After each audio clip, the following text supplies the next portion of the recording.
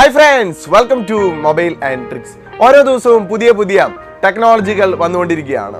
നമ്മൾ ആദ്യമൊക്കെ ഉപയോഗിച്ചിട്ടുണ്ടായിരുന്നത് ബട്ടൺ ഫോണുകളായിരുന്നു. അതിനുശേഷം പിന്നെ സ്മാർട്ട് ഫോണുകൾ വന്നു.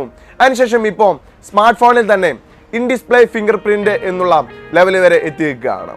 ഇനി വരാൻ പോകുന്ന ഏറ്റവും വലിയൊരു ടെക്നോളജിയാണ് ഗൂഗിൾ അവതരിപ്പിക്കുന്ന പ്രോജക്റ്റ് സോളി എന്നുള്ളത്.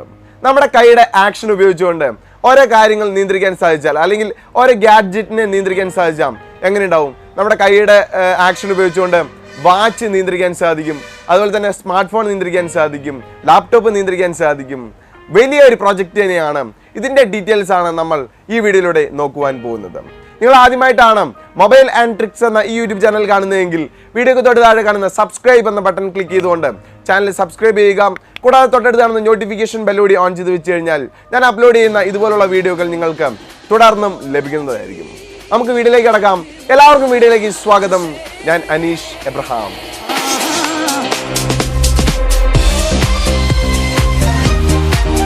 ഞാൻ മുൻപ് പറഞ്ഞ പോലെ തന്നെ ബട്ടൺ ഫോണിൽ നിന്ന് ഇപ്പോൾ ഫേസ് ഐ ഡി അല്ലെങ്കിൽ ഇൻ ഡിസ്പ്ലേ ഫിംഗർ പ്രിന്റ് വരെ നമ്മുടെ ടെക്നോളജി എത്തി നിൽക്കുകയാണ്. അടുത്ത ഫ്യൂച്ചറിൽ വരുന്ന ഏറ്റവും വലിയ ഒരു ടെക്നോളജി എന്ന് പറയുന്നത് ഗൂഗിൾ അവതരിപ്പിച്ചിട്ടുള്ള പ്രോജക്റ്റ് സോളി എന്നുള്ള ടെക്നോളജി തന്നെയായിരിക്കും. ഇത് ആദ്യമായിട്ട് അവതരിപ്പിച്ചത്, അല്ലെങ്കിൽ ഗൂഗിൾ ഈ പ്രോജക്റ്റ് ആദ്യമായിട്ട് അവതരിപ്പിച്ചത് 2015 2015 ഈ പ്രോജക്റ്റ് അവതരിപ്പിച്ച് എല്ലാം വർക്കിംഗ് ആയി കഴിഞ്ഞതിന് ശേഷം FCC ഇതിന് അംഗീകാരം ചോദിച്ച സമയത്ത് FCC ഈ ഒരു കാര്യത്തിന് അംഗീകാരം നൽകിയില്ല.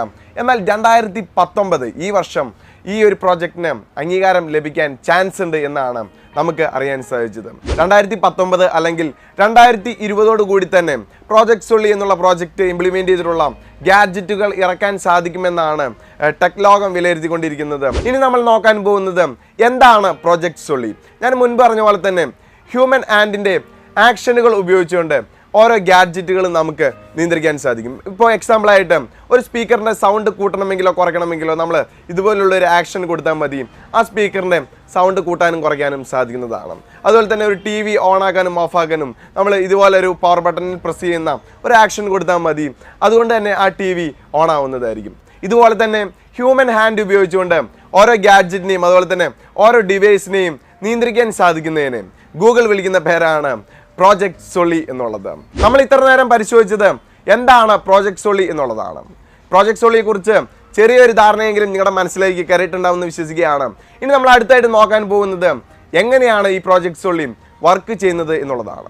അതിനായിട്ട് ഗൂഗിൾ ഇംപ്ലിമെന്റ് ചെയ്തിരിക്കുന്നത് ഒരു ചിപ്പാണ്.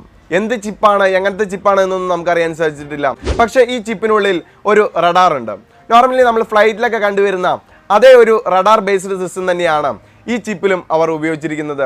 പിന്നെ ഈ ചിപ്പിനകത്തുള്ളത് ഒരു സെൻസറാണ്. ഈ ഒരു സെൻസറിനെ ഗൂഗിൾ വിളിക്കുന്നത് സോളി സെൻസർ എന്നാണ്.